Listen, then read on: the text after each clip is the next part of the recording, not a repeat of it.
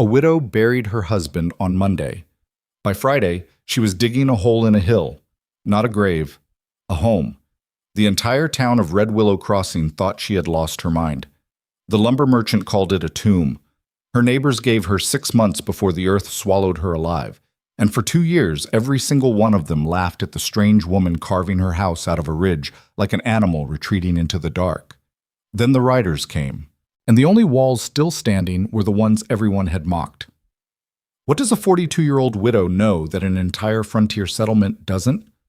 And why did it take fire, smoke, and 23 armed men to prove she was right? Stay with us until the end. Hit that like button, subscribe if you're new here, and drop a comment telling us what city you're watching from. We read every single one. The spring of 1871 arrived late in Rook County, Kansas. The mud didn't dry until the second week of April. When it finally did, it cracked into plates the color of old rust, and the wind off the open plain carried enough grit to strip paint from a wagon board. Cottonwood trees along the creek bend were the only things that looked alive. Everything else, the grass, the fence posts, the faces of the people working the land, wore the same gray-brown exhaustion of a place that had been asked to give more than it had. Red Willow Crossing was not a town in any formal sense. It was a collection of decisions. Someone had built a mill where the creek ran shallow enough to ford. Someone else had opened a dry goods store nearby. A blacksmith followed the store. Then a lumberyard. Then a church that doubled as a schoolroom on weekdays, though the teacher changed every year because no one who was educated stayed very long in a place like this. There were 41 families within riding distance of the crossing's center road. Most had come from Missouri, Illinois, Ohio, places with trees and defined borders, and a sense that civilization had already done most of the hard work. Out here, civilization was still being argued about. The land had not agreed to anything. The Calder claim sat 3 miles northeast of the mill. 8 acres of worked ground, a kitchen garden along the south fence, a chicken coop that leaned permanently to the east, and a 2-room wooden cabin that shuddered in high wind like a man trying not to cough. Elias Calder had built it himself in the spring of 1868. He had done a fair job by the standards available to him: green timber, hand-cut joinery, a stone chimney that drew well enough when the wind wasn't from the north. He'd been proud of it. The kind of pride a man carries when he builds something with his own hands and can walk away and look back at it. He never finished the barn. Elias Calder died on the 8th of March, 1871, from a lung sickness that had been working on him since the previous autumn. He did not die dramatically. He grew thin, then thinner, then one morning he simply did not wake up. His wife Fiona found him with his hands folded on his chest, as if he had arranged himself for exactly this purpose. She was 42 years old. She buried him herself, with help from Silas Vance and his eldest son, who brought a wagon and didn't ask too many questions. Silas's wife, Mara, came with food that Fiona didn't eat for 3 days. The minister from the crossing read what needed to be read. People stood at a respectful distance in the cold. Then they went home. Fiona went inside, sat in the chair by the stove, and looked at the cabin walls for a long time. She had grown up on the coast of Caithness, in the far northern edge of Scotland. Her family's house had been built low into a hillside above a sea inlet, half buried by design, not accident. Stone walls 3 feet thick, a turf roof that sheep sometimes wandered across in summer, a front face that barely cleared the earth and turned its back to the Atlantic. Her father called it Bulach and Taig, the house's approach, and he had opinions about it that he repeated often. "You do not fight the wind," he said. "You refuse to be found by it." The storms off the North Sea came sideways. They came without announcement. They lasted for days sometimes, and when they left, they took things with them: roof slates, fence rails, boats that hadn't been pulled high enough. But the family's house remained. It had been there before her father was born. It would be there after him. Fiona had carried that knowledge across the Atlantic, across half a continent, to a place where the storms were different, but the lesson was the same. She looked at Elias's cabin walls for 2 days. Then she went to see Bram Toller. Toller's Lumber and Hardware occupied the largest building in Red Willow Crossing, which wasn't saying much, but Bram Toller said it often and with visible satisfaction.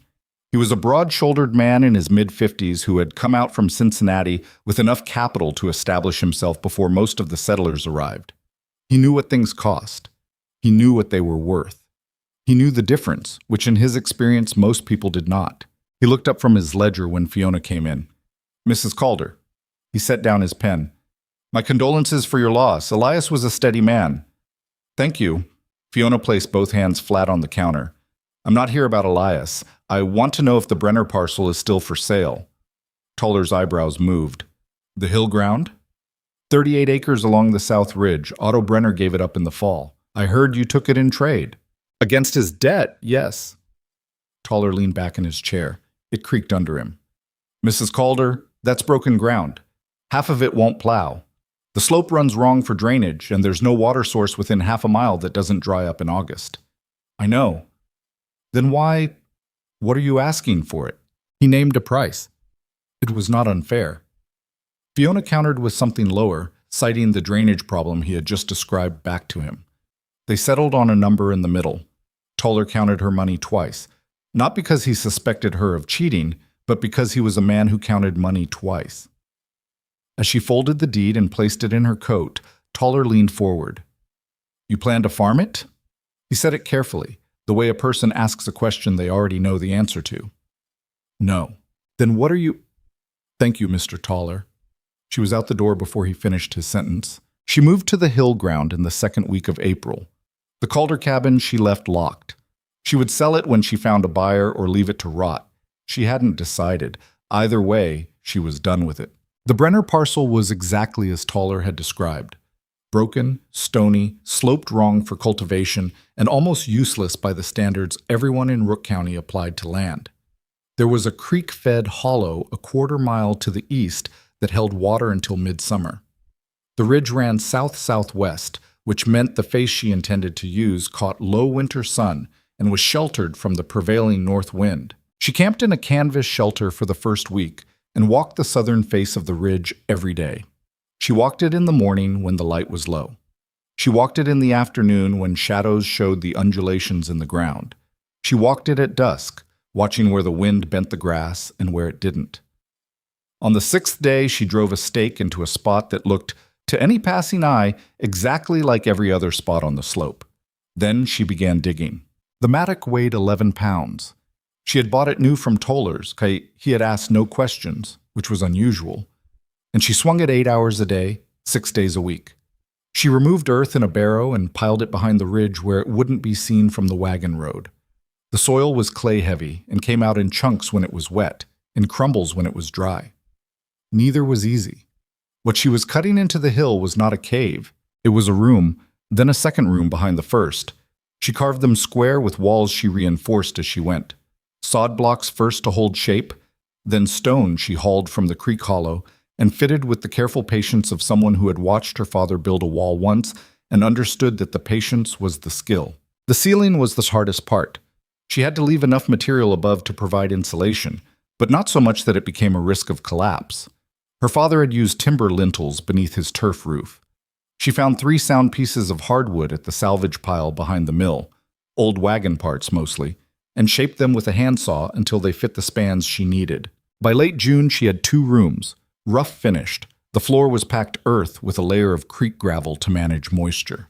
The walls were stone, fitted dry, with the gaps filled with clay mortar she mixed by hand. The ceiling was low, 6 feet, 2 inches at its highest point, with the timber lintels holding the sod and earth above. The front face of the house was the only part that broke the hillside. She built it from flat stone, laid with the same care as the interior walls. Level courses, offset joints, nothing left to chance. The windows were narrow, 6 inches by 14, set deep in the stone so that they admitted light at a low angle, but nothing larger than a hand. The door was oak, 2 inches thick, hung inward on iron hinges she had asked the blacksmith Jonas Webb to make. "What are these for?" Jonas had asked, turning the hinges in his hands. "A door." "Heavy door." "Yes." He made them without further comment, because Jonas Webb was a man of professional curiosity and limited personal interest in other people's business. The stovepipe she ran up through the turf roof at an angle, emerging behind the crest of the ridge rather than directly above the front face. From the road, it looked like an iron post that might mark an old property line. From close up, it looked like an abandoned fence marker. She packed sod around its base until the seam disappeared. By the 1st of October, Fiona Calder was living inside a hill. The news traveled faster than she had expected. In a settlement the size of Red Willow Crossing, anything unusual was public property within days. People had seen her hauling stone. They had seen the canvas shelter, then its absence. They had seen the stovepipe, which didn't look like any stovepipe anyone recognized as such. They had not seen a house. That was apparently the part that disturbed them most. A house you couldn't see was a house that wasn't following the rules, and the frontier had rules. You cleared land. You raised walls. You built high enough to drain water away, to see across your fields, to look like something rather than nothing. A man's homestead was supposed to announce itself. It was supposed to say, "I am here. I have built. I have the right to stay." What Fiona had built said nothing of the sort. Bram Toller heard the descriptions from 3 different people before he went out to look for himself. He rode to the Brenner parcel on a Thursday afternoon, following the wagon road along the ridge. He looked. He circled. He found the stovepipe, which gave him no comfort whatsoever. When he got back to town, he was not laughing yet. But he used the word grave at the hardware counter when someone asked him what he'd found, and by evening the word was everywhere. "She's dug herself a grave and moved in," said one woman to another outside the dry goods store. "I heard she's grieving," said the other. "Lost her mind from the grief." "Could be." A pause. "Or always was a bit strange. She never talked to anyone much, did she? Foreign accent, kept to herself." "Elias seemed normal enough." "Elias is dead." They weren't being cruel exactly. They were doing what people do when someone behaves in a way that doesn't fit the categories available to them. They were finding an explanation that preserved the integrity of the existing categories. Fiona grieving. Fiona lost. Fiona gone peculiar from isolation and loss. None of those explanations required anyone to consider that Fiona might know something they did not. Silas Vance was the one man who went to look without telling anyone he was going. He was 49, lean and weathered, a former surveyor who had come west in the 1850s and stayed because the going back felt too much like defeat. He had an eye for terrain that was professional in origin and personal in application. He read land the way a reader read print, pulling out meaning that was invisible to people who hadn't been trained to look. He rode out on a Tuesday morning in mid-October and spent an hour walking the ridge before he found the entrance. It was not where he expected. The path to the door had been made deliberately indirect. It looped around a natural rock outcropping before arriving at the stone face, so that anyone approaching from the road would have to know to look for the detour before finding the entrance. He stood in front of the door for a moment. Then he knocked. A long pause. "Who is it?" Fiona's voice from inside. "Silas Vance." Another pause, shorter. The door opened inward. Fiona stood back from the threshold, one hand on the door's iron handle. She looked at him without particular expression. "Come in then," she said. He stepped inside. The first thing he noticed was the warmth. Not the oppressive heat of a stove run too hot, but an even, ambient warmth that seemed to come from everywhere at once. The stone walls, the earthen ceiling, the floor.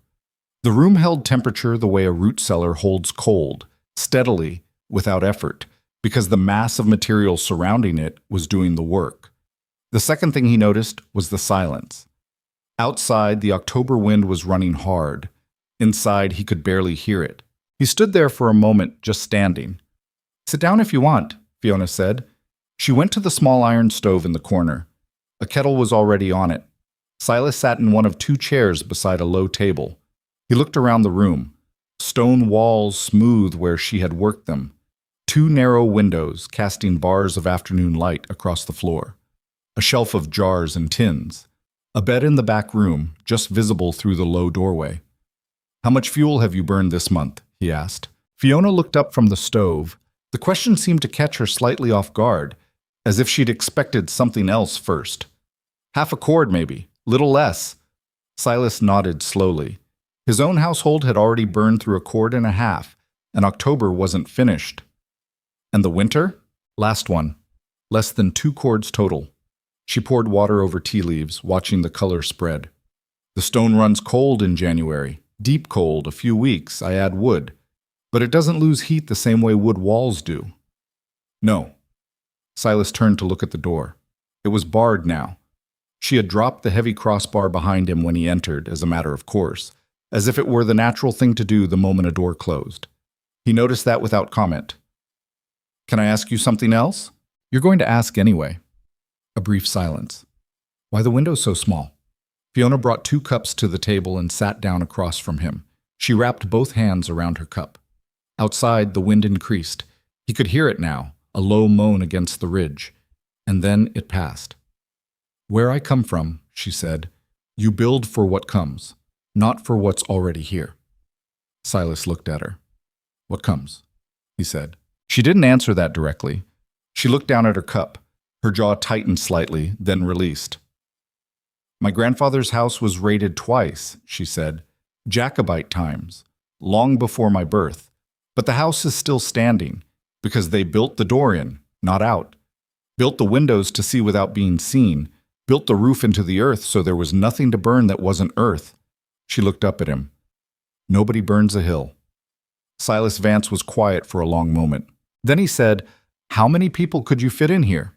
The question hung between them. Outside, the wind ran over the ridge, bent the grass flat, and moved on without finding anything to take. The opposition didn't arrive in a single form. In Rook County, skepticism had its own hierarchy.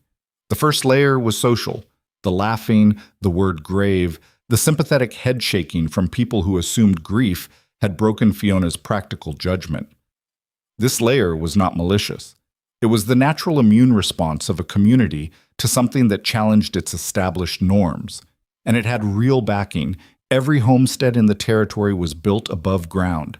The county deed register, the farm improvement loan office in Larkspur, the agricultural pamphlet from the Kansas Land Commission, all of them assumed upright walls, raised foundations, visible structures. That was what a home was. Fiona's construction didn't fit the category. The second layer was professional. Jonas Webb, the blacksmith who had made her hinges, was a careful man who had, in his time, seen structures fail. He came out to the ridge in November, ostensibly to deliver a bracket she had ordered, and spent 30 minutes examining the stone face with the focused attention of a man who cannot stop himself from assessing the structural logic of things. His conclusion, offered quietly at Toller's counter 2 days later. The lintel timbers were undersized for a span that had to support 12 to 15 inches of packed earth and seat. "It'll hold through winter," he said. "May not hold through the thaw. Spring wet gets in the sod. The weight goes up. Those timbers flex." He moved his hands slightly. "Maybe nothing happens. Maybe they go." Toller nodded gravely. He repeated this to 3 people, and they repeated it to others. And by December, the prevailing view at Red Willow Crossing was not just that Fiona was strange, but that she was in specific structural danger. What neither Toller nor Webb said aloud, because it was the kind of thing frontier men of their generation didn't quite say aloud, was the third concern, the one underneath the others. A woman, alone, on broken ground 3 miles from town, building something no one could see or find easily. That was trouble of a different kind, or it ought to be. A woman needed to be findable, needed neighbors who could reach her, needed to be part of the fabric of the settlement, visible and accounted for, not hidden in a hillside like a fox in a den. Nobody said, "We're worried she'll be too safe." Nobody said, "What bothers us is that we might not be able to reach her easily if we needed to." They said, "The timbers might fail and she has no water inside, and what happens if she's sick and nobody knows?"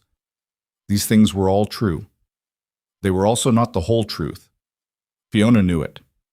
She had known it since the first morning she drove the stake into the ridge. The concern was never entirely about the house.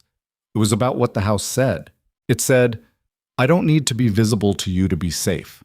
I've thought about this more carefully than you have, and I don't need your permission." In a frontier settlement in 1871, a 42-year-old widow saying that, not in words, but in stone and earth and a barred oak door, was a more provocative act than most people could articulate, so they articulated it as structural concern instead. Fiona didn't argue with any of it. She added a second timber beneath the original lintel and increased the bearing surface at each end by 3 inches. She showed Jonas Webb the modification when he came by in March. He looked at it for a long time. "That'll do," he said finally. He didn't apologize for the prediction, She hadn't expected him to. The house stood. The winter ended. The thaw came and went, and the sod above the lintel settled half an inch and stayed there, locked in place by the stone courses on either side. Fiona kept digging. Not for more rooms, for something else. A second passage, narrow and low, running deeper into the ridge. A storage chamber carved into solid clay, dry as bone and cool even in August. Shelves cut directly from the earth. She stocked the chamber with what she could. Dried meat, salt, lamp oil, blankets she'd pressed flat, bandages, a second water barrel with a tight lid. Silas Vance, who had been back 3 times since October, watched her carry the second water barrel in from the creek hollow in April. "You expecting company?" he asked.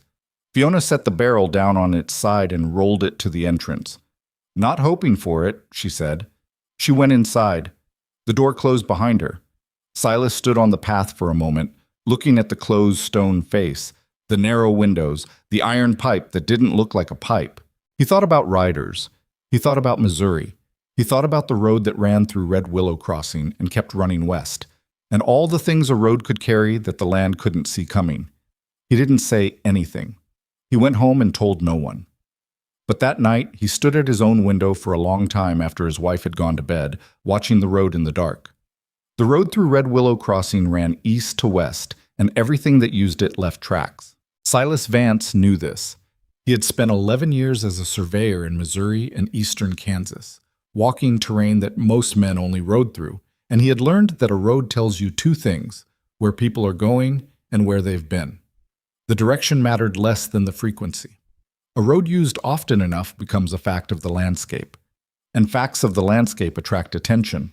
He started keeping a rough log in March of 1872. Nothing formal, a few lines in a pocket notebook he kept on the shelf above his workbench. Dates, numbers of riders, direction. He didn't tell Mara about it. He wasn't sure exactly why he was doing it. It felt like something a man did when he couldn't name what was bothering him but knew that naming it later would require evidence. By May, the log had 43 entries. Most were ordinary. Homesteaders, freight wagons, a cattle drive that took 3 days to pass and left the road rutted for a week afterward, a circuit judge and his clerk, 2 men from the land office in Larkspur who were surveying section lines and stayed one night at the mill before moving on. But 9 of the entries were different, groups of 4 to 8 men, riding together, no wagon, no obvious load. Moving west in the morning, sometimes back east by evening, sometimes not back at all. They stopped at Toller's store once. They did not stop at the mill. They did not ask about land or water or the nearest settlement. They asked about the road conditions ahead, which was the kind of question a man asked when he already knew where he was going, but wanted to know what was between him and it. Silas showed the log to no one. But in June, he rode out to Fiona's Ridge for the 4th time, and this time he brought a question that had been sitting in his chest since March. She was on the roof when he arrived. He almost missed her. The turf had grown thick enough now that the ridgeline looked continuous from 20 yards away. Grass, stone, grass, the iron pipe. Then he saw movement. A figure crouched at the rear of the roof, tamping sod with the flat of a spade. "Mrs. Calder?" She looked up, straightened slightly, came down off the roof by stepping backward down the rear slope, which was shallow enough to walk if you were careful. "Silas." She brushed dirt from her palms. "You look like you haven't slept." "I've slept fine." She looked at him for a moment with the expression of a woman who has learned that what people say about sleep is rarely about sleep. "Come in," she said. Inside, she made tea without being asked. He sat in the same chair as always. The room was cooler than outside. The summer heat hadn't penetrated the stone and earth yet, and probably wouldn't until August, if then. She set the cup in front of him and sat across the table with her own. He took the notebook from his pocket and put it on the table between them. She looked at it, didn't touch it. "Riders," he said. "West moving. 9 groups since March. No commercial purpose I can identify." A pause. "Missouri?" she said. "I don't know. Maybe." He wrapped his hands around his cup. "There was trouble last autumn in Pawnee County. 2 homesteads burned, stock run off. Sheriff's report said 8 to 10 men, well armed, moved fast. No one caught." Fiona looked at the notebook. "You told anyone else?" "No." Why not? He was quiet for a moment. Outside, a meadowlark called from somewhere on the ridge and then stopped. Because I'm not certain, he said. And around here, uncertainty gets you laughed at or argued with, and neither one helps. Fiona picked up the notebook, opened it, read through the entries slowly, one page at a time. He watched her eyes move across the handwriting. She turned a page, then another. She set it back on the table. 9, she said. 9 I saw. I'm not out on the road every day. She looked at the wall for a moment, not at anything particular, just the middle distance. How many families between the East Fork and the crossing? She said. 14, 15, depending on how you count the Aldrich situation. And between the crossing and the ridge? 7. She nodded, not in agreement with anything he'd said. More like she was counting to herself, verifying a sum.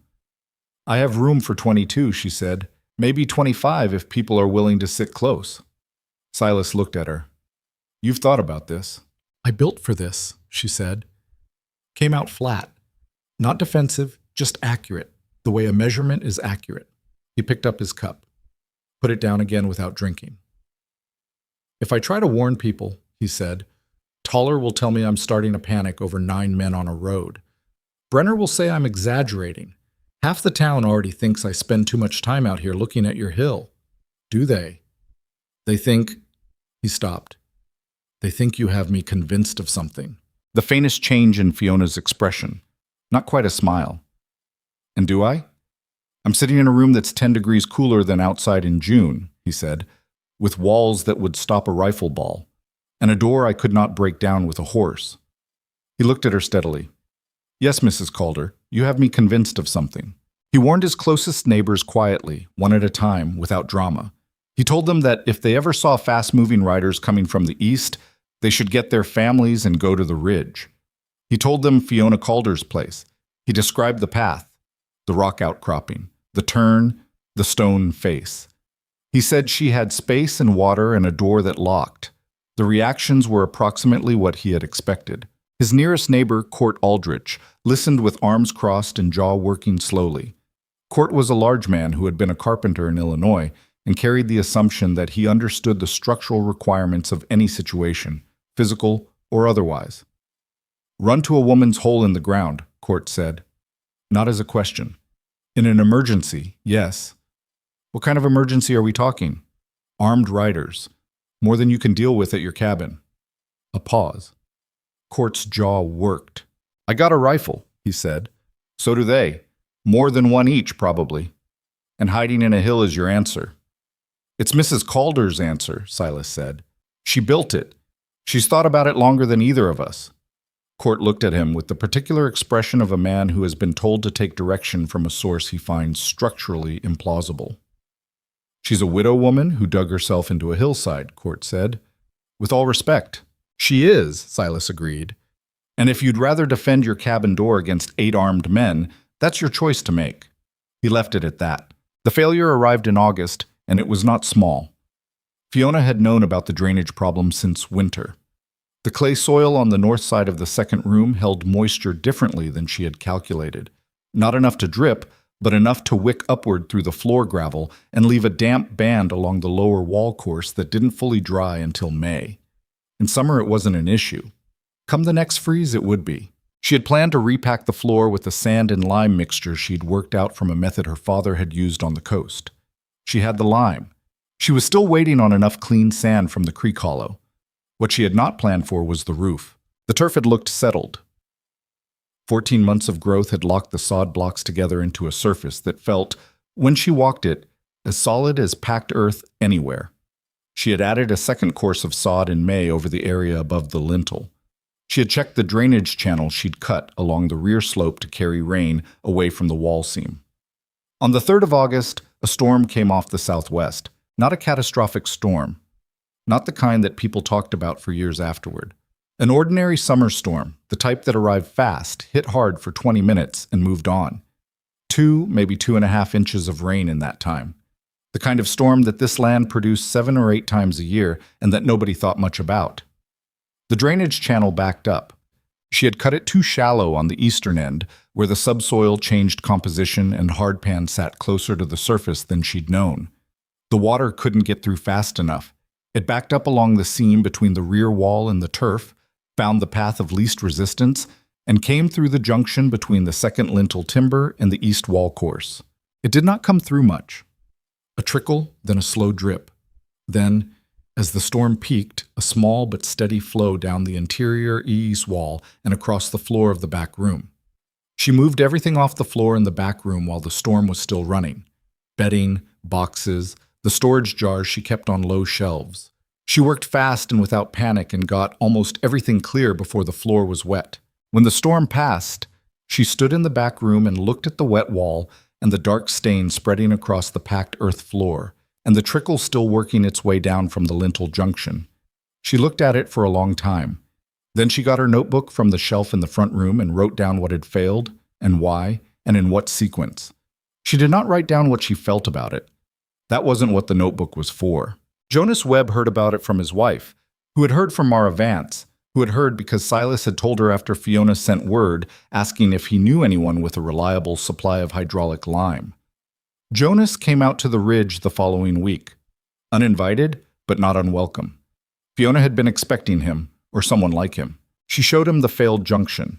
He crouched in the back room for several minutes with a lamp, examining the lintel seat, the wall course, the stain pattern on the stone. He pressed his thumb into the mortar in 2 places and looked at what came off on his skin. When he stood up, his expression was the careful, neutral one of a craftsman who has found a problem he understood. "Clay mortar at the lintel seat," he said. "Yes. Clay moves with moisture. Gap opened up just enough." He looked at the junction again. "You need lime mortar there. Only at the bearing points. Doesn't need to be everywhere." "I know." "The drainage channel. Too shallow at the east end, hard pan, under the subsoil. I didn't get a probe down far enough before I cut it." He looked at her.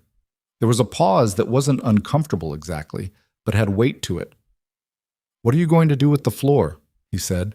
"Sand and lime. Raise it 2 inches above current level, repack the gravel base, add a drainage gap at the wall foot." He nodded. "That'll take time. 3 weeks, maybe 4. And until then, you're sleeping on damp ground." "I've slept on worse." Another pause. "You want help with the drainage channel?" he said. It came out with a slight hesitation, as if he wasn't entirely sure he'd intended to offer. "I'd appreciate it." He came back the next morning with a probe rod and spent 2 hours working the east slope, mapping the hardpan depth. He and Fiona recut the channel together over 3 days, deeper, with a stone-lined base section at the difficult end that would shed water even if the soil shifted. He didn't mention the original prediction about the lintel timbers. She didn't bring it up. On the last day, as they were tamping the fill around the new channel, Jonas straightened up and looked at the rear of the hill, at the turf, at the angle of the new channel's run. "You know what's strange?" he said. Not quite to her, more to the hillside itself. She waited. "I've built 4 barns and 2 cabins and a smithy," he said.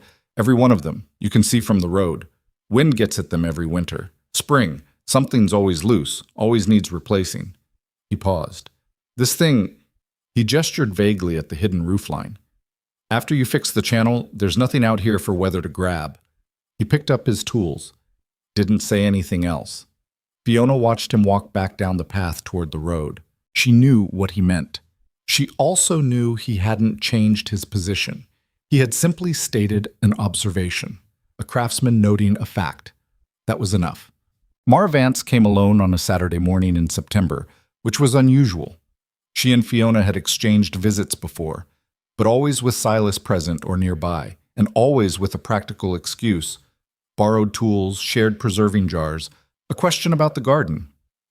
This time Mara arrived on foot, carrying a cloth-covered basket, and knocked on the stone door with the back of her knuckles, the way someone knocks when they're not sure of their welcome.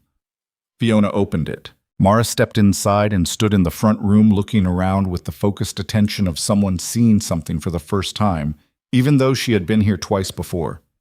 As if this time she was actually looking. "Sit down," Fiona said.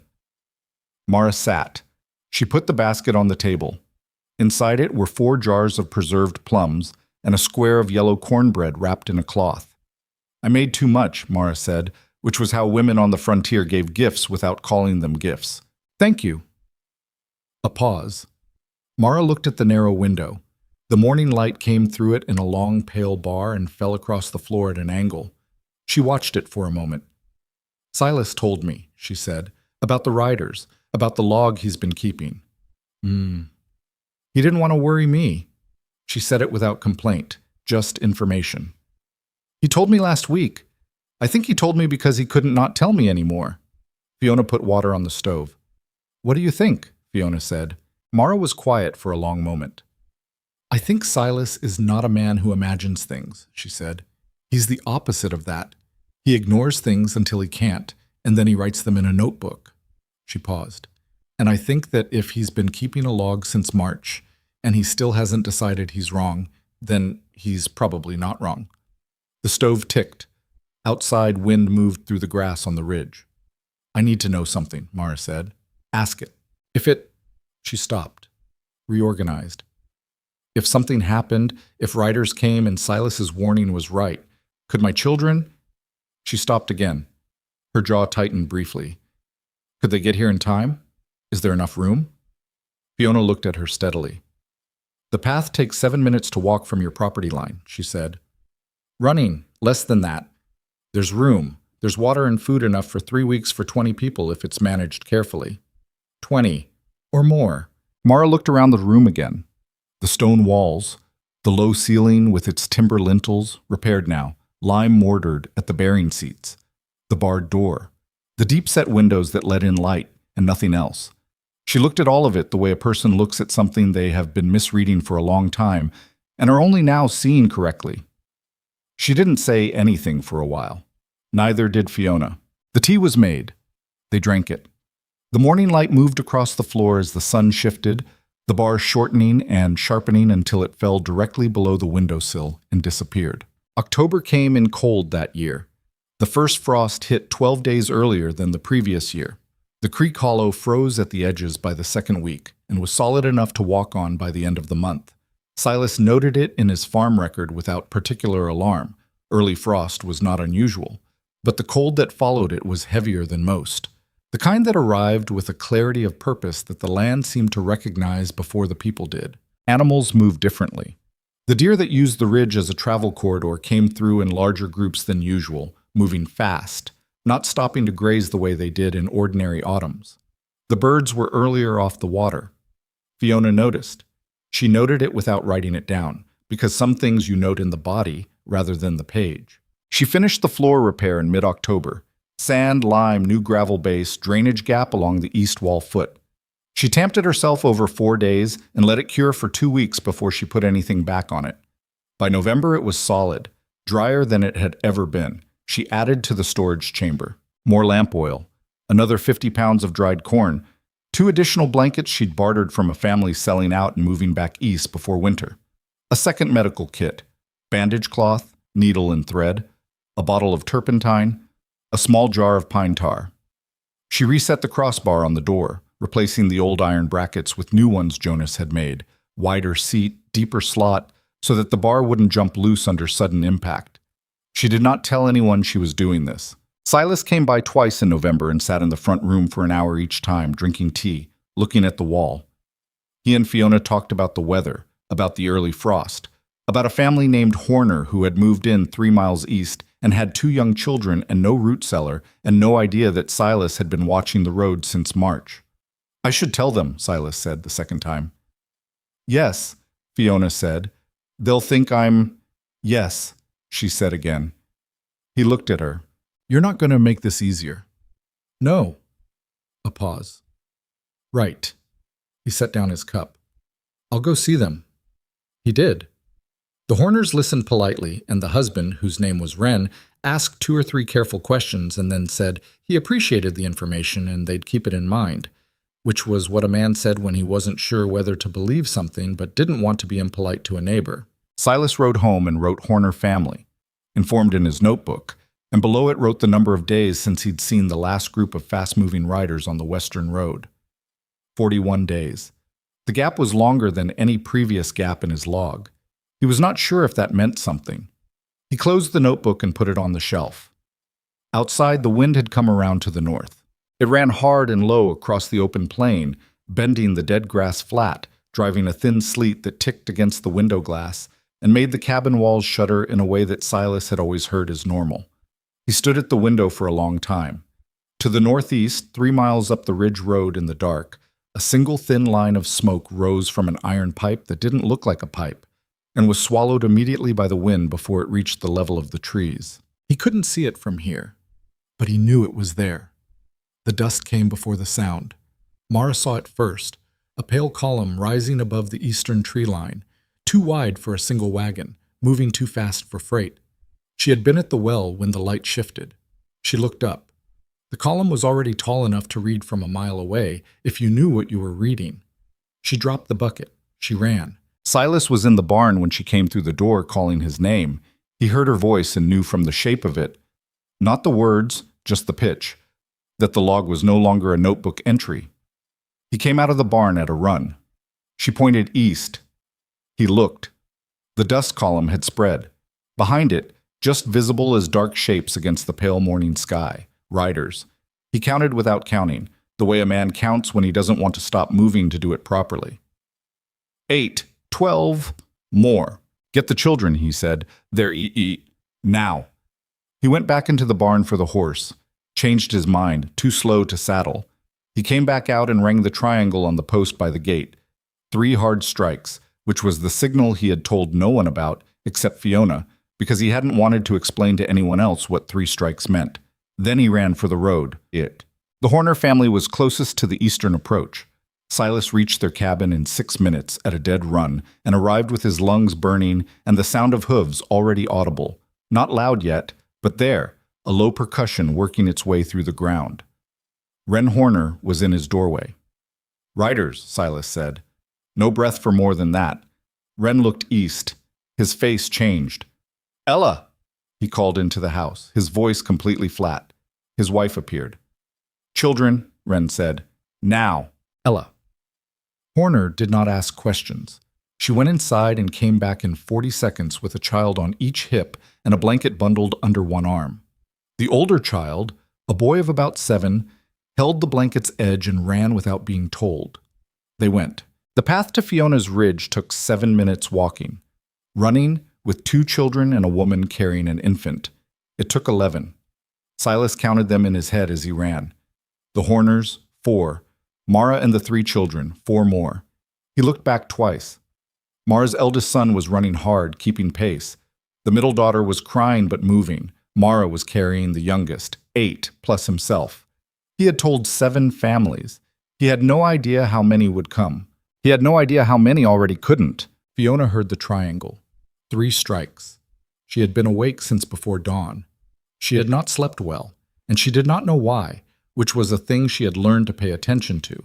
She had been at the front window when the light was still gray, watching the road, not seeing anything, watching anyway. When the triangle sounded, she was already moving. She opened the storage chamber and checked it once. Lamp oil, water, food, blankets, the second medical kit on the top shelf. She lit 2 oil lamps and set them in the front room. She opened the door and propped it with a stone and stood at the entrance, watching the path through the brush. The first ones came at a run. The Horner children. She stepped back and let them in. They came in groups and alone. The Aldrich family. Court carrying his youngest. His wife with her arm around the oldest girl. A traveling merchant named Dessel, who had been on the road at exactly the wrong time and had heard the triangle from the crossing and followed Silas's family without knowing where they were going. An elderly couple named Prentice, who moved slowly and arrived last. The old man helped along by Silas's eldest son. 19 people. Fiona counted them as they came through the door, the way she had once counted stone courses on a wall. Each one a unit. Each one requiring space, air, heat, water. When the Prentice couple came through, she lifted the stone from behind the door. The door swung shut. The crossbar went down. The sound of it, the bar dropping into its brackets, was the loudest thing in the room. Nobody spoke. Children held on to their mothers. Adults stood in the low, warm space and breathed and looked at the walls and breathed again. The oil lamps threw orange light across the stone and the faces and the packed earth floor that was dry, completely dry, because of a failed drainage channel and 3 weeks of repair work and a floor relayed 2 inches higher than before. Fiona moved to the narrow window. She looked out. They came from the east at speed, 23 riders. She counted them twice. Horses in poor condition. Pushed hard, probably since before dawn. The men were armed with rifles across their saddlebows and pistols at their hips. They were not riding in formation. They were riding the way men ride when they have done this before and have no concern about being stopped. They hit the first farmhouse, the Horner place closest to the road, before they had fully slowed down. One rider threw something through the window. 20 seconds later, the curtains inside caught. Fiona watched. She did not move from the window. Behind her, Ella Horner made a sound she controlled quickly. Then silence.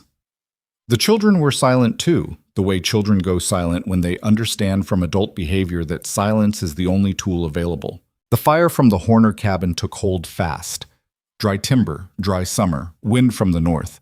The roof went in under 4 minutes. Then they moved to the next. Inside the hill, the air temperature held at 58 degrees. Outside, the May morning was already warming toward the high 60s. But the stone and earth didn't know that yet. They were still carrying the temperature of the previous night, the previous week, the deep cold of winter stored in 3 feet of material that weather could not reach in a single morning. Fiona had one lamp burning. She had told the others to keep the second dark until they needed it. The 19 people in the 2 rooms breathed together without speaking. Their combined warmth was already beginning to raise the temperature slightly. She could feel it, a small shift in the air. She calculated. 19 people, 2 rooms totaling roughly 340 square feet, adequate air for several hours at minimum. The pipe was drawing, she could see by the lamp flame, a slight lean toward the back wall that told her the draft was moving correctly. Fresh air coming through the gap under the front wall base she had left unsealed for exactly this purpose. Her hands were flat on the stone beside the window. She was counting riders. 23 was what she had counted. She counted again as they moved through the settlement, building to building. 23 still. None had gone up the ridge road. None had turned toward the hill. She waited. The second farmhouse went faster than the first. Court Aldrich was standing 4 feet from her in the dark. She could hear his breathing, controlled, deliberate, the way a large man breathes when he is working very hard not to move. She did not look at him. She kept her eyes on the window. His farmhouse was the third to go. She felt him stop breathing for a moment, then start again. She still did not look at him. Ren Horner came to stand beside her at the window. He was quiet for a moment, looking out through the 6-inch gap.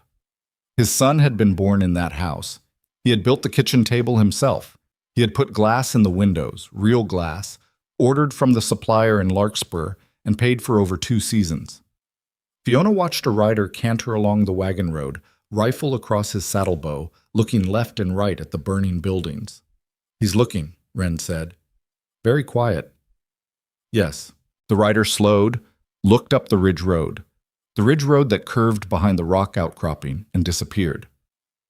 Fiona did not move. The rider looked for perhaps 4 seconds. Then he turned back and rejoined the others at the burning barn. "He saw the road," Ren said. "He saw a road that goes nowhere," Fiona said, "and a hill." She stepped back from the window. But this was the moment she had not told anyone about. Not Silas, not Mara, not Jonas Webb. There was a calculation she had done once, alone, in the first winter, sitting at this table with a lamp and a piece of paper. A calculation about what happened if the concealment failed, if someone rode up the path, if someone found the stone face. The door was 2 inches of oak. The bar was iron, seated deep. The windows were 6 by 14 inches, too small for a body, too small for a rifle barrel to aim accurately at an angle. But fire. A determined man with enough oil and a torch could fill the pipe with smoke, could seal the door gap, could turn the advantage of the hill into its opposite. She had thought about this. She had no solution for it that was complete. The passage into the storage chamber could be closed from inside. A stone-fitted door she had built over 2 months, low and heavy, that would seal the smaller room and buy time, maybe if smoke came through the front. Maybe.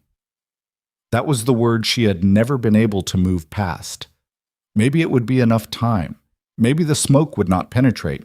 Maybe. She looked at the 19 people in her house, the Horner children, the oldest asleep from exhaustion against the wall.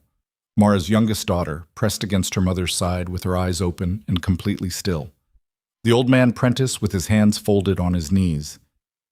Maybe was not a satisfying answer when these were the people inside the maybe. She looked back at the window. The riders were moving. West, through the settlement, checking every building. A systematic sweep, the kind that knew what it was doing. They went through the merchant store, through the smithy. Jonas was not there, which meant he had gone somewhere. She did not know where. They broke the mill wheel with a rifle butt. They did not come up the ridge road. She kept watching. Silas appeared at her shoulder. "How many buildings left?" he said. "South of the road, 2. North, 1. The Prentice place." "Yes." He was quiet. Old Prentice behind them, hands folded, sat without moving. The Prentice farmhouse burned fast. It was older than the others. The timber dried out over 15 years of prairie winters. It went up like the timber remembered being a tree and was returning to the state of having burned. Inside the hill, nobody spoke. The fire was visible from the window, an orange brightness over the southern ridge of the road. The smoke column rose and bent northeast in the wind, 19 people watching orange light through a 6-inch gap in 3-foot stone. Fiona watched the riders. They made a second pass. This was the thing she had not expected, not a retreat after the first sweep. A second pass, slower, more deliberate. Riders spreading out, checking the draws and fence lines, looking for cellars and lean-tos and the kinds of places people hid. 2 riders came within 200 yards of the ridge face. One of them stopped and looked up at the hill. He sat on his horse for a long moment, hand shading his eyes, looking at the ridge line, at the grass, at the pipe. Fiona stood absolutely still. Behind her, she heard a child's breath catch, a small, involuntary sound. Then a hand, probably a mother's hand, and silence. The rider looked at the hill. He saw grass, flat stone, an iron post that might mark a property line. He did not see a roof because the roof was grass. He did not see a door because the door was shadow and stone, the same color as the ridge. He did not see a road because the road turned behind a rock and looked like it ended. He sat for perhaps 15 seconds. Then he turned his horse and rode back toward the others. 15 seconds. Fiona counted them. She did not know she was counting until she reached 15 and the horse turned. They gathered at the crossroads below the mill for roughly 20 minutes. She watched them through the window. They were passing something between them. A bottle, probably. 3 of the men dismounted. One horse had thrown a shoe and a man was checking the hoof. Ordinary things. Unhurried. They did not look back at the hill. After 20 minutes, the column organized and moved west. They rode without urgency, at a comfortable pace, the way men ride when the work is finished and the road ahead is clear. The last rider in the column passed the crossroads, turned west, disappeared around the bend where the cottonwoods blocked the sight line, and then they were gone. Nobody moved. Fiona kept her eyes on the window for 60 seconds after the last rider disappeared, then 60 more. Then she stepped back. "Wait," she said. She did not say for what. She did not say for how long. She sat down in her chair and put her hands flat on the table and looked at the wall. The room was warm now. 19 bodies had raised the temperature by several degrees, and the air had the close, particular quality of a space holding more breath than it was designed for. Not unpleasant, not yet, but present. One of the Horner children had fallen asleep against the wall, head on his folded arms, completely out. Fiona noticed this. She noticed Mara watching her from across the room. She noticed Court Aldrich with his back to the wall and his eyes closed and his jaw working slowly, rhythmically, like a man chewing something that wasn't there. She looked at the clock on the shelf. She waited 1 hour. Exactly. She stood up and lifted the crossbar. The door swung inward. Outside, May morning. Wind from the north carrying wood smoke. The sky clear and blue and completely indifferent to anything that had happened beneath it. She looked at the path, at the rock outcropping, at the wagon road below the ridge, empty. The smoke was still rising from 6 separate points in the settlement. Black-gray columns, the wet kind that comes from burned buildings that are settling into their own ash. She stood in the doorway for a long moment. Behind her, 19 people began to move. She heard them. The rustle, the careful standing, the sound of the door opening wider as people began to come out into the light. Court Aldrich came out and stood beside her. He looked at the smoke. He looked at the stone door frame. He said nothing. Fiona said nothing. The wind moved the grass on the ridge. Down the slope, where the path turned, a meadowlark landed on a fence post that was the only thing standing in what had been Wren Horner's fence line, and stayed there a moment and flew. Court Aldrich walked down the path alone, not toward his land, not toward the smoke. He walked along the base of the ridge, slowly, with his hands at his sides, looking at the stone face of Fiona's house from different angles.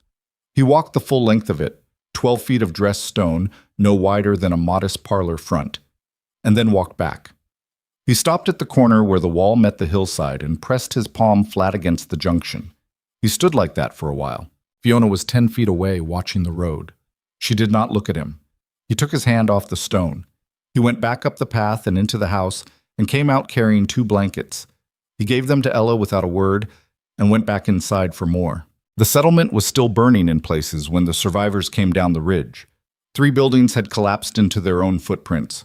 2 more were standing but gutted. Walls up, roofs gone, interiors reduced to ash and fallen timber. The mill wheel lay on its side in the creek, split along the hub. The dry goods store had been broken into and stripped. What couldn't be carried had been smashed. Flour barrels staved in and poured across the floor.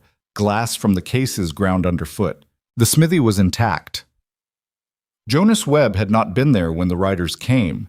He had gone out at first light to look at a fence problem for a family 2 miles north, and the riders had apparently not found it worth burning. Tools still hung on their pegs. The forge was cold, but undamaged. Silas moved through the wreckage with the systematic attention of a man making a record. He had his notebook out. He wrote down what was standing and what wasn't, what had been taken and what remained, which families had made it to the ridge and which had not. He found Clara Doss and her son in what was left of Clara's root cellar. Clara Doss was 47, recently widowed. Her husband had died the previous winter, and had not been included in Silas's warnings because her homestead was off the main track, a quarter-mile up a draw that didn't connect to the ridge road. Silas had told himself he would get to her. He had not gotten to her. Her root cellar was deep and well-built, the kind a careful person builds when they have been through one bad winter and intend to survive the next. The riders had burned her cabin without finding the cellar entrance, which was flush with the ground and covered with a plank door that sat under 18 inches of packed earth. She had heard everything from down there. Her son, 11 years old, named August, had held the lantern and she had held him. When Silas lifted the cellar door, she came up blinking in the smoke-gray light with her hand on the boy's shoulder and her face completely still. Silas said, "Clara." She said, "Is it done?" "They're gone." She nodded once, looked at the ash where her cabin had been. Her hand stayed on August's shoulder. "Can you walk?" Silas said. "I've been sitting for 3 hours," she said. "I can walk." He brought them to Fiona. The front room was crowded again. People had come back inside. The smoke from the settlement was thick enough in the low morning air that being outdoors meant breathing it, and the children were coughing. Fiona had the stove going with a small fire, enough to boil water. When Silas came through the door with Clara and August, the room shifted. People making space without being asked. A child moved from a stool so Clara could sit. August was shaking, not from cold. The room was warm enough. He was shaking the way a person shakes when the body releases something it has been holding hard for several hours. Fiona looked at him once. She went to the back room and came back with a blanket and a cup of water and a piece of dried corn cake from the storage shelf. She set all 3 things on the stool beside him. She did not say anything to him. He looked up at her. Then he took the water and drank it. Clara watched this. Then she looked around the room, the stone walls, the low ceiling, the 2 oil lamps burning steady in the still air. 19 people breathing around her and the air still adequate, the temperature still even, the floor dry under her feet. She said quietly, "How long could we stay here?" 3 weeks, Mara said from across the room. "That's what she told me. 3 weeks for 20 people." Clara looked at Fiona. Fiona was at the stove. She did not turn around. "More if it's managed carefully," Mara said. Clara looked at the walls. Jonas Webb arrived mid-morning. He had seen the smoke from 2 miles north and had known immediately. He came at a run for the first mile, then slowed when he came over the rise and saw the scale of it. 6 smoke columns, the gutted store, the collapsed rooftops. He stood at the edge of the settlement for a moment, looking. Then he went to the smithy, checked it, found it undamaged, and stood in the doorway for a long moment with his hand on the frame. Silas found him there. "How many?" Jonas said. "One dead, Tom Aldrich's father-in-law at the Aldrich farm. Tried to drive the stock off." Silas paused. "He was 71. Jonas's hand tightened on the doorframe. "Everyone else?" "Made it to the ridge. 19, plus Clara Doss and her boy from the cellar." Jonas looked at him. "All 19 made it to—" "Yes." A silence. Jonas looked north toward the ridge, though it wasn't visible from here. "How long were they inside?" 3 hours? Maybe a little more." Jonas looked back at the smithy interior, at the tools on their pegs, at the cold forge. 3 hours, he said. 21 people. "Yes." "And she had water." 2 barrels. Jonas was quiet for a long moment. He had the look of a man performing a calculation he already knew the answer to, but was checking anyway, because the answer did not quite fit the category he had previously assigned to it. "I made the door brackets," he said. It came out almost to himself. "I know," Silas said. "They buried Thomas Reardon, Court's father-in-law, on a flat piece of ground east of what had been the Aldrich barn." Silas said what needed to be said. Court stood at the head of the grave with his hat in his hands and his face doing nothing at all, which was worse than if it had been doing something. Afterward, people gathered near the ruins of the store, which had enough of its walls standing to provide a windbreak. Someone had salvaged a bag of coffee beans that hadn't been found by the riders. It was behind a false bottom in one of the cases, put there by the store's owner, who had apparently had some experience with thieves. The coffee was passed around in whatever cups were available. Bram Toller appeared around noon. He had been in Larkspur when the riders came, gone the previous day to settle an invoice with a freight company, and stayed the night. He had seen the smoke on his return and pushed his horse harder than the animal appreciated. He arrived at the crossing with his coat dusty and his expression stripped of its usual commercial composure. He stood at the edge of the gathered group and looked at what remained of his lumber yard. The office was ash. The covered storage had partially survived. The far end, sheltered from the wind direction, had not caught. Perhaps a third of his inventory was still there. The rest was gone. He looked at it for a long time. Then he turned to Silas. "Who made it?" he said. Silas told him. Names, numbers, where they had been when the riders came, who had reached the ridge. Clara Doss in the cellar. Thomas Reardon, who hadn't. Toller listened without interrupting. When Silas finished, Toller looked toward the ridge. It wasn't visible from the crossing, just the hill country to the northeast, ridgeline and sky. 21 people, he said. Yes. Toller looked at the ash where his office had been. He picked up a piece of charred board from the edge of the pile, turned it in his hands, set it back down. He said, "How much of that was Fiona Calder's house?" Silas looked at him. "None of it," Silas said. "The riders didn't find it." Toller's jaw moved slightly. "They passed it?" "Twice." Another silence. Toller set the charred board back on the pile. He dusted his hands on his coat. He looked at the ridge again. "Right," he said. "That was all. It was Ren Horner who laid the numbers out. He did it that afternoon, sitting on a salvaged crate near the store ruins, talking to no one in particular, or to everyone, which amounted to the same thing when enough people were within earshot. My house," he said, "used 7 cords of wood last winter. 7.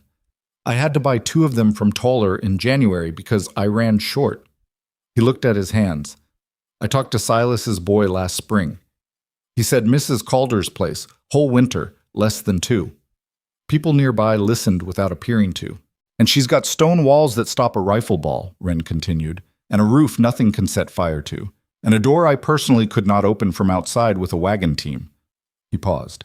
"And she fit 21 people in it this morning, for 3 hours, and everyone walked out." He stopped. He wasn't making an argument. He was reciting facts. The distinction mattered. Court Aldrich was standing nearby. He had a piece of lumber from the partial salvage of Toller's yard in his hands. He had been turning it over for 10 minutes, not doing anything with it, just holding it. He said, 7 chords. For my place, Wren said, 3 rooms, wood walls, standard build. Mine was 6, Court said, and the north wall moved every bad winter, had to re-chink it every spring.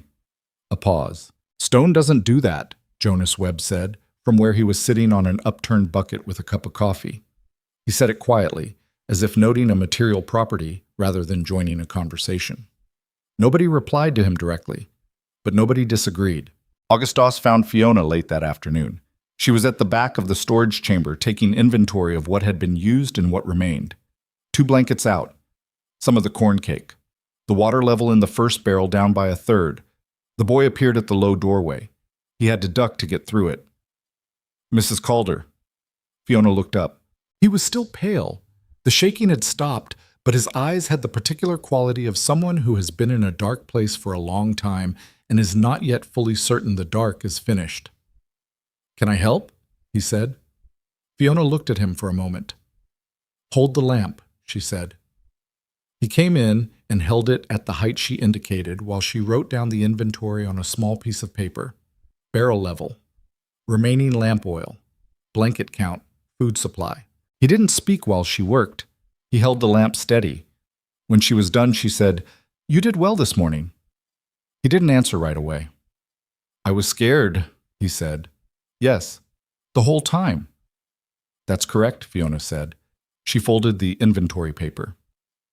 "Being scared and being still are not the same thing. You were scared and still. That's harder." He thought about this. "My mother was still too," he said. "Your mother is a capable woman." He looked at the storage shelves, at the jars and tins, the stacked blankets, the careful organization of things that had been placed here weeks and months before this morning. "Did you know?" he said. "That it would happen?" Fiona looked at the wall. "No," she said. "I knew it could." A pause. "Is there a difference?" She looked at him. "One of them," she said, "gives you enough time to do something about it." Clara Doss stayed the night. Her cabin was ash, and she had nowhere to go before arrangements could be made, and Fiona offered the back room without ceremony. Simply stripped the bed and remade it, and told Clara the bed was there. Clara's fever started around dusk. She had been in the root cellar for 3 hours on a damp earthen floor in the cold morning air, and whatever had been working in her chest for the past week, a cough she had dismissed as the tail end of something, had found the conditions agreeable for expansion. By evening, her eyes were bright in the wrong way, and her breathing had the shallow quality of a person working harder than usual to do a thing that should be effortless. Fiona noticed it before Clara said anything. She noticed the way Clara held herself, the small, compensatory stillness of a person managing pain they haven't decided to acknowledge yet. "When did the cough start?" Fiona said. Clara looked at her. "Week ago," she said. "Maybe 10 days. Did it change this morning?" A pause. "A little." Fiona got the medical kit from the storage shelf. She had turpentine and pine tar and clean cloth and a small jar of dried herbs she had packed and repacked and never used. She had bandages she had prepared in lengths for multiple types of wounds. She was not a doctor. There was no doctor within 30 miles of Red Willow Crossing. She worked with what she had. She made a compress of the pine tar mixed to a paste with a small amount of the turpentine and laid it across Clara's chest and covered it with a folded cloth and told Clara to lie still. "August," Clara said. "He's fine," Fiona said. "He's sleeping in the front room. He ate." Clara looked at the ceiling. "If I had stayed in that cellar another few hours?" "You didn't," Fiona said. "If I had," Fiona looked at her steadily. "But you didn't," she said again. A silence. "The floor here is dry," Clara said. It came out quietly, almost to herself. "Yes. My cellar—" She stopped. "After a hard rain, the floor goes damp. I've always—" She stopped again. "August has had the cough every winter since he was 4. Every winter we spend in that house, he gets the cough." Fiona said nothing. "How is it dry?" Clara said. "Underground. How is it dry?" "How—" "Sand and lime base under the gravel," Fiona said. "Drainage channel on the outside slope. And the stone holds the wall above the damp line." She paused. It took 2 attempts to get right.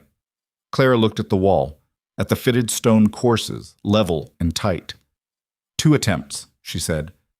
The first drainage channel wasn't deep enough. And you just… Clara's mouth moved. You fixed it. Yes. Another silence. The lamp on the shelf burned low and even. Outside, the wind had come around to the south, which was warmer, and the settlement had stopped its visible burning, though the smell of it came through the pipe gap in a faint thread. August has had the cough every winter, Clara said again. Not as a statement this time, more like a door she was standing in front of, working out whether to open it. Fiona put the medical kit back on the shelf. She turned the lamp wick down a quarter turn to make it last. Sleep, she said. I'll check the compress in 2 hours.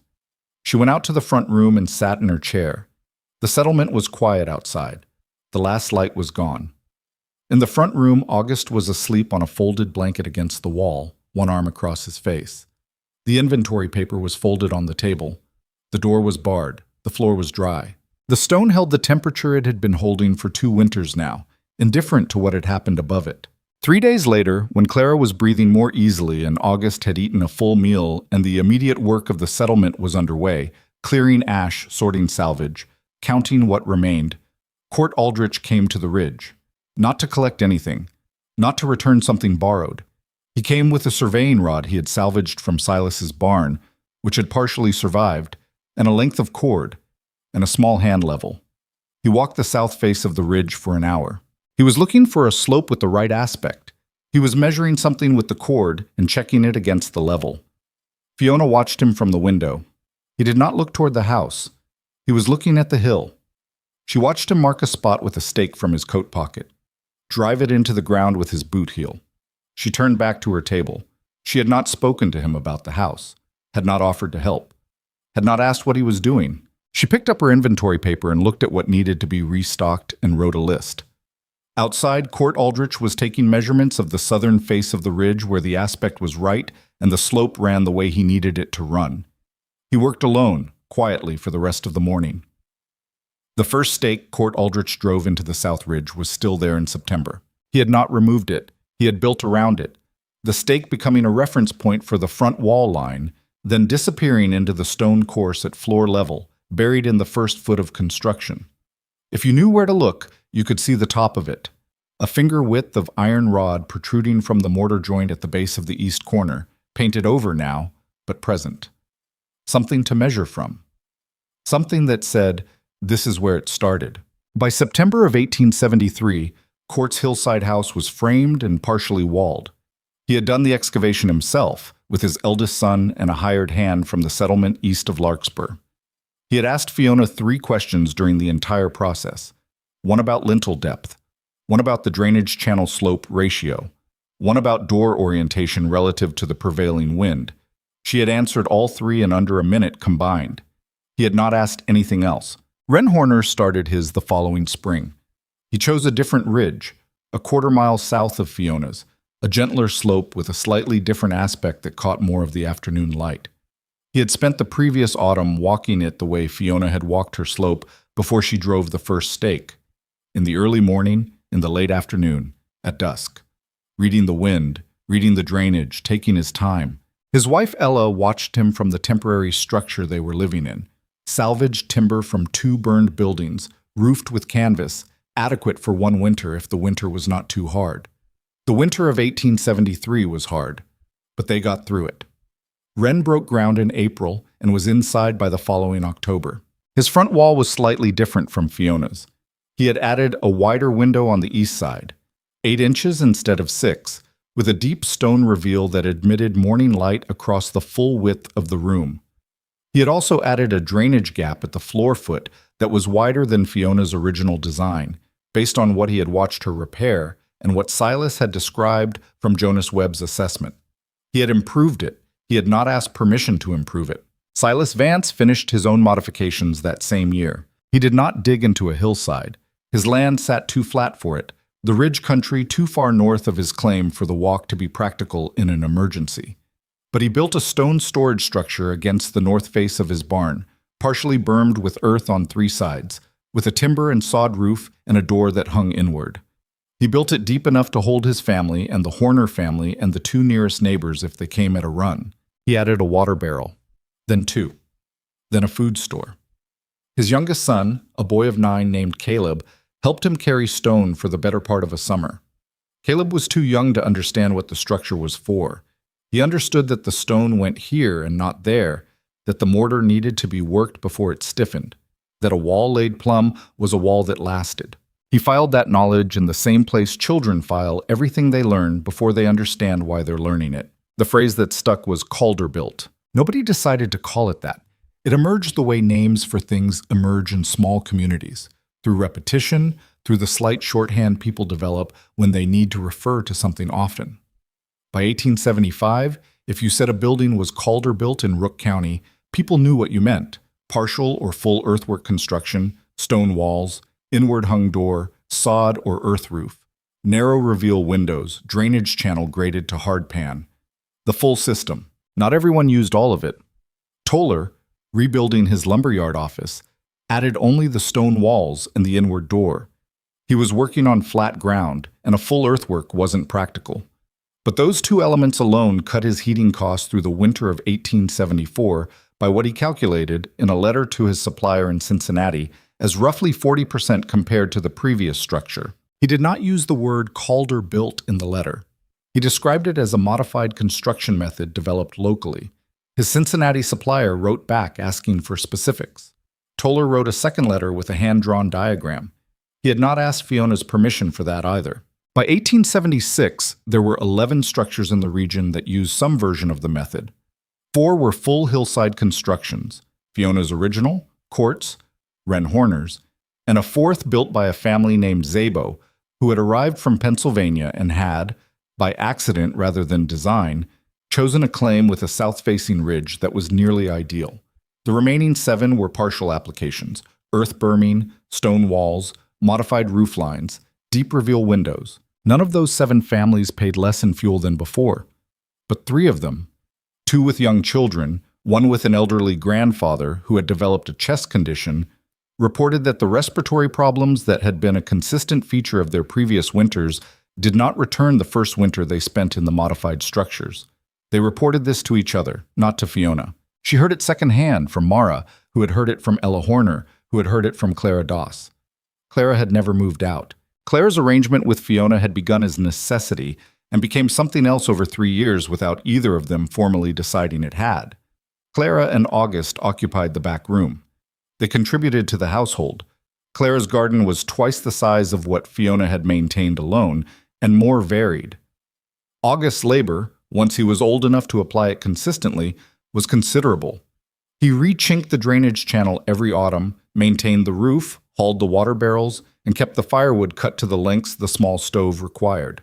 He learned the house the way you learn something you live in rather than something you study.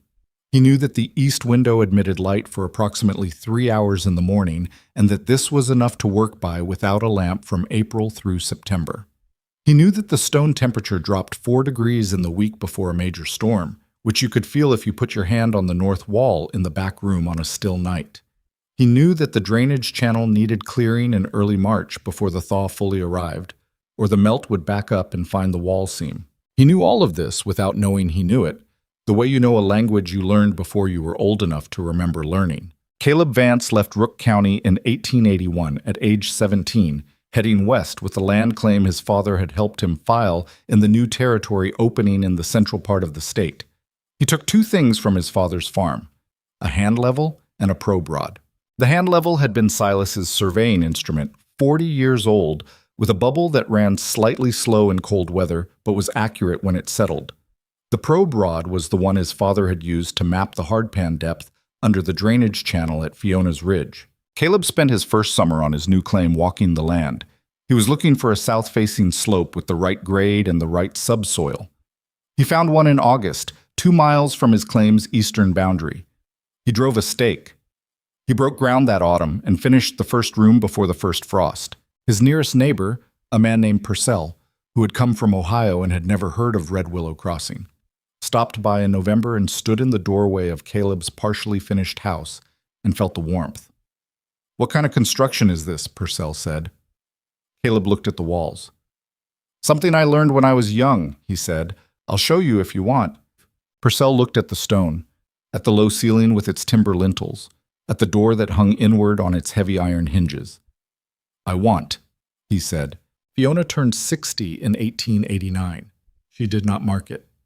The date passed like any other day in October. Firewood to bring in, the drainage channel to check before the autumn rains, a jar of preserved beans to bring up from the storage chamber. Mara came in the afternoon with a cake, which was how Mara marked things she considered worth marking. She had made it from the last of the season's dried apples, and a careful ration of sugar that she had probably been saving since August. They ate it at the table in the front room. Clara was in the garden, getting the last of the cold weather greens before the hard frost came. August was somewhere on the ridge, doing something to the drainage channel that Fiona had asked him to check and had not needed to ask a second time. Silas counted 19 structures last spring, Mara said, in the county. Some version of the method. I know, Fiona said. Caleb wrote from the new territory. He says there are at least 6 out there that he knows of. Mara looked at her. You're not going to say anything about that. Fiona picked up her fork. I'm eating your cake, she said. It's very good. Mara looked at her for a moment longer. Then she looked around the room, the stone walls she had been sitting in for 18 years now, the low ceiling, the narrow windows where the October light came in at a long angle. You know what I still think about, Mara said, that morning, the riders. Fiona waited. I think about Court Aldrich outside afterward, standing at the corner of your wall, with his hand on the stone. Mara paused. He didn't say anything. He just stood there. Yes. I think about what he was thinking. I don't, Fiona said. Mara looked at her. That's the difference between us, Mara said, without particular judgment. Fiona finished her cake. The dust storms came in the late 1880s. They were different from the ordinary Kansas wind. They were events, walls of moving earth that turned afternoon into darkness in under a minute, that stripped topsoil from open ground and deposited it in drifts against anything vertical, that lasted for hours and left a fine brown silt over everything that hadn't been sealed against it. The wooden cabins that remained in the region, there were fewer than 10 now, mostly on flat claims where hillside construction wasn't feasible, reported the grit coming through every gap. Sill plates, door frames, the junction between wallboards. A wood frame structure is a structure with gaps because wood moves with moisture and temperature, and movement creates gaps, and gaps let in whatever the outside is doing. Stone laid in lime mortar does not move. Fiona's walls sealed to the earth on 3 sides and presented 12 feet of fitted stone to the front, and the front faced south and away from the prevailing storm direction. The door sealed when it closed. The windows were 3 feet deep in the stone. She sat in the front room during the worst of the 1888 storm, which lasted 11 hours and was the longest single storm in Rook County in recorded memory. And the interior air stayed clear. A fine line of dust along the south windowsill, brought in by the draft from the floor gap, which was the price of ventilation. She swept it up afterward. 11 hours. Clara's preserved goods were in the storage chamber undisturbed. The floor was dry. The lamp burned without guttering because the air inside was still. August Doss built his own house in 1890. He was 28. He had been working Fiona's land and his mother's adjacent claim for a decade, and he had enough saved to buy 4 acres of the ridge ground to the east, where the slope ran right. He knew what he was doing. He had been doing the maintenance on Fiona's house for 11 years and had rebuilt the drainage channel twice and had replaced 2 of the original lintel timbers with seasoned oak that Jonas Webb, older now, slower, but still working, had helped him select and cut. He did not need to ask Fiona anything. He built his house in 8 months, working in the mornings before the day's other work. His wife, a woman named Ruth, who had grown up in a Calder-built house herself, her parents having built one on the South Fork in 1878, helped lay the stone courses on the days when her own work allowed. Ruth's family had never called it Calder-built. They called it a hillside house, which was the term that had stuck on the South Fork. A third group, further east near the county line, called it ground-built.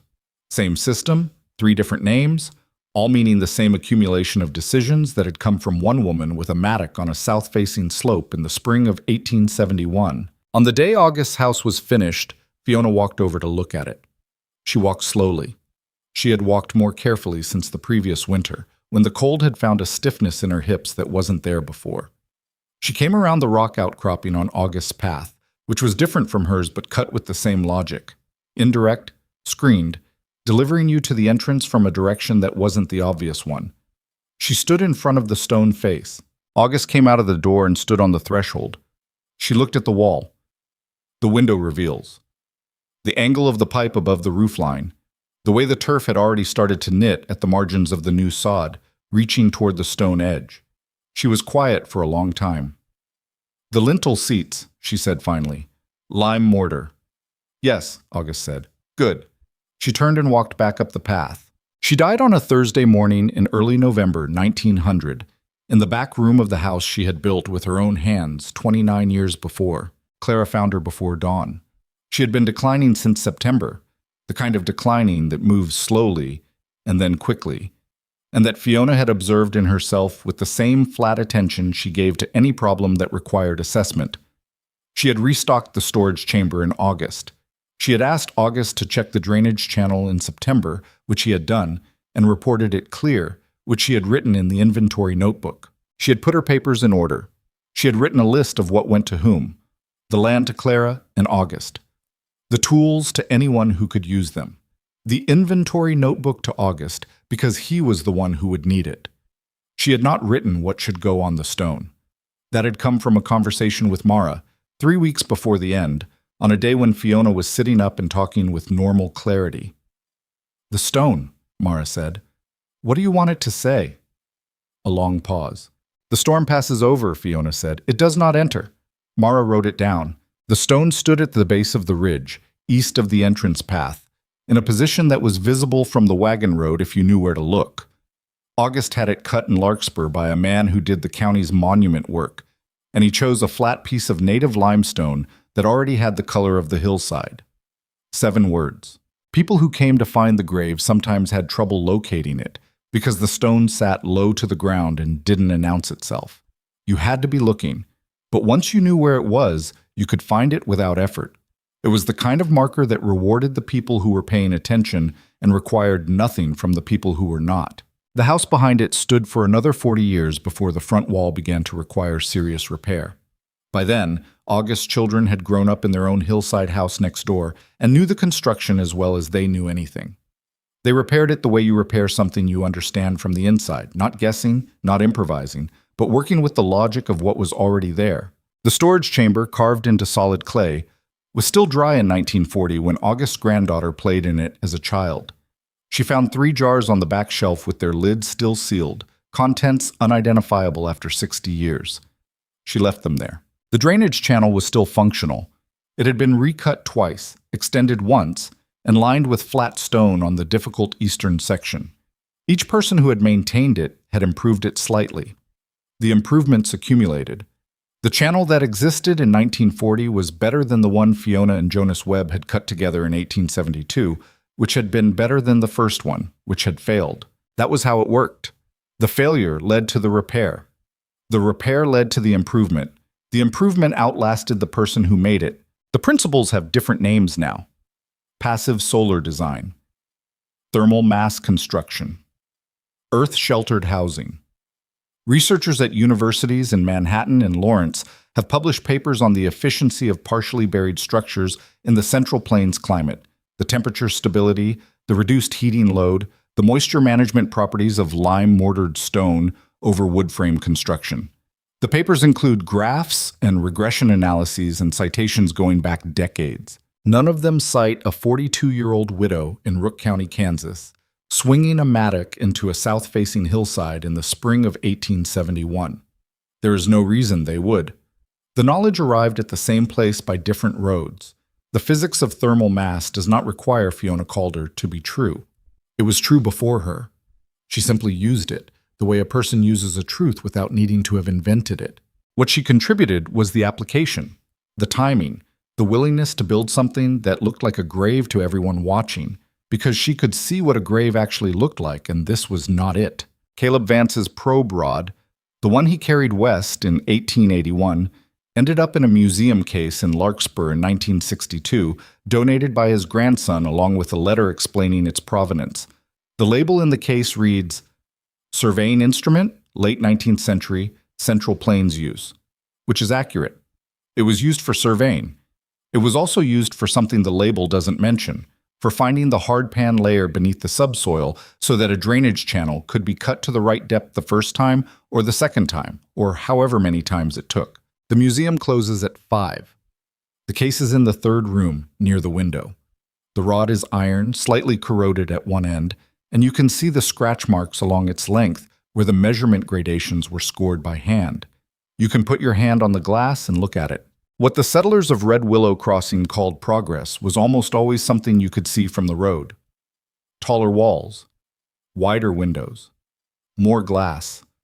A house that announced itself, that rose above the land and said, "I am here, I have built, I have the right to stay." Sometimes the thing that keeps you alive looks like nothing from the road. Sometimes it looks like a hill.